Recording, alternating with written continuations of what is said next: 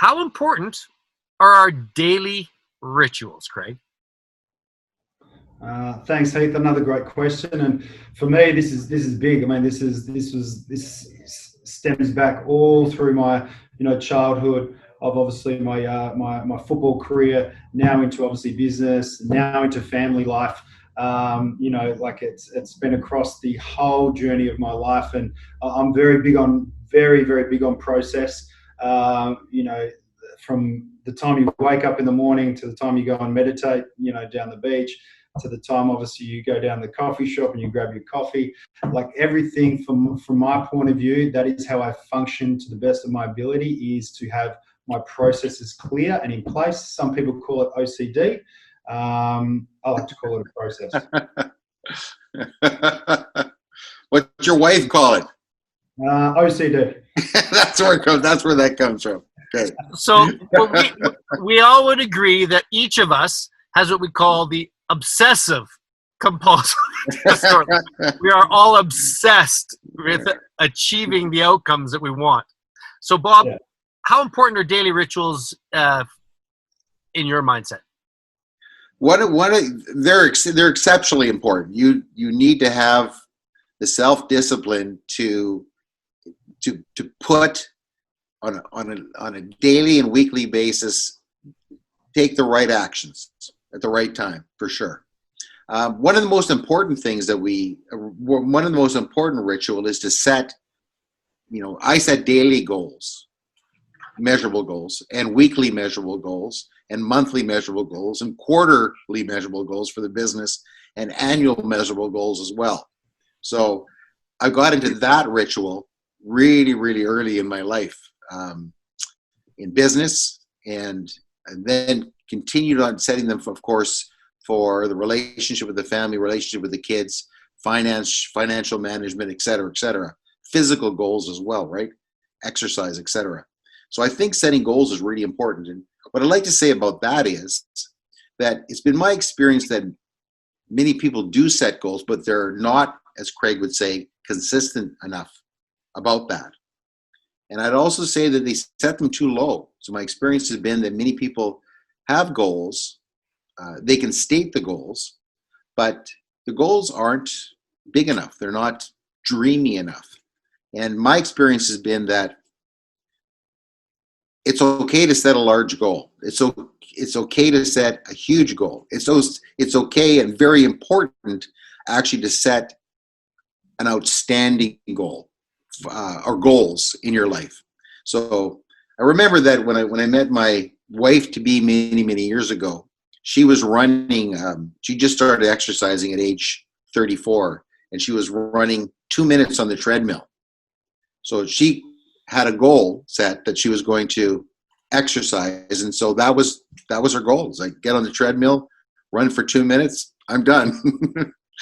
And but through the process of us living together and sharing our lives together, she started to see the potential. And now the lady turned into a runner. She runs half marathons all over the world. She's a running miracle, right? And her goals went from very, very small to, hey, let's do a half marathon in Hawaii. And there's power in that. There's massive power in saying, I want to do something big in this area of my life. And there's the importance of it is if you don't set it high enough, most people, if you don't reach the goal, you're going to be significantly lower than your low bar set already. So there should be no failure in setting a really high goal and doing whatever you can to reach that goal. Especially, and Craig, I'd like to hear you talk about that, especially in the financial world, right? Most people, I think what the average person has for savings is something like, in Canada, it's like at the end of their lives, they have like $60,000 or $70,000 saved, right? That's 40 years working, man, 45 years working. You got $70,000, $80,000 in the bank. And it's like, that goal wasn't high enough, my friend. That goal wasn't high enough. Yeah, great comments, Bob. And I'll take you back, and Heath, you would have heard about Tony Robbins talk about this on many occasions. your wife, I think it was your wife you were talking about, she took massive action. She got up, she got on the treadmill, she started there, and then she didn't know where it was going to take her. But then as she developed and started getting fitter and fitter and more confident with obviously her body and running, she then started setting massive goals, which is, I totally agree. If you fall short of a massive goal you've set, you've still achieved more than what you would have achieved if you set a smaller goal. So although you feel that you may have failed, you've actually achieved more than what you set out to achieve, which is the most important thing. From a finance perspective, I mean, unfortunately, we look at the numbers here in Australia, and the average Australian savings rate is 4%. The difference between what people earn and what they spend is 4%. You know, we've got the highest credit card debt in the world per capita at $52.4 billion. We're credit card junkies over here in Australia, and unfortunately, you know, people don't set, as you talk about, you know, high enough goals throughout their career financially, you know, to get themselves to a stage where they can actually live financially free come retirement. I mean, 60 grand you talk about is a lot lower. I mean, our average Australian retires on $290,000 in their superannuation account. You know, that lasts them 7 to 10 years, depending on their spending habits. So you retire at 60, you're out of money at 70, and then you're on the pension at $300 a week, you know, which is just, you're just existing. You're not living, you're not traveling, you're not doing everything you want to be doing come retirement. Great comments, Craig. Thank you. Well, guys, you know, I can't agree more strongly with both of your comments. So to summarize, and I'm going to share how I feel about it through this summary, is that I believe that it's critical that we have what is called a BHAG, a big, hairy, ostentatious goal.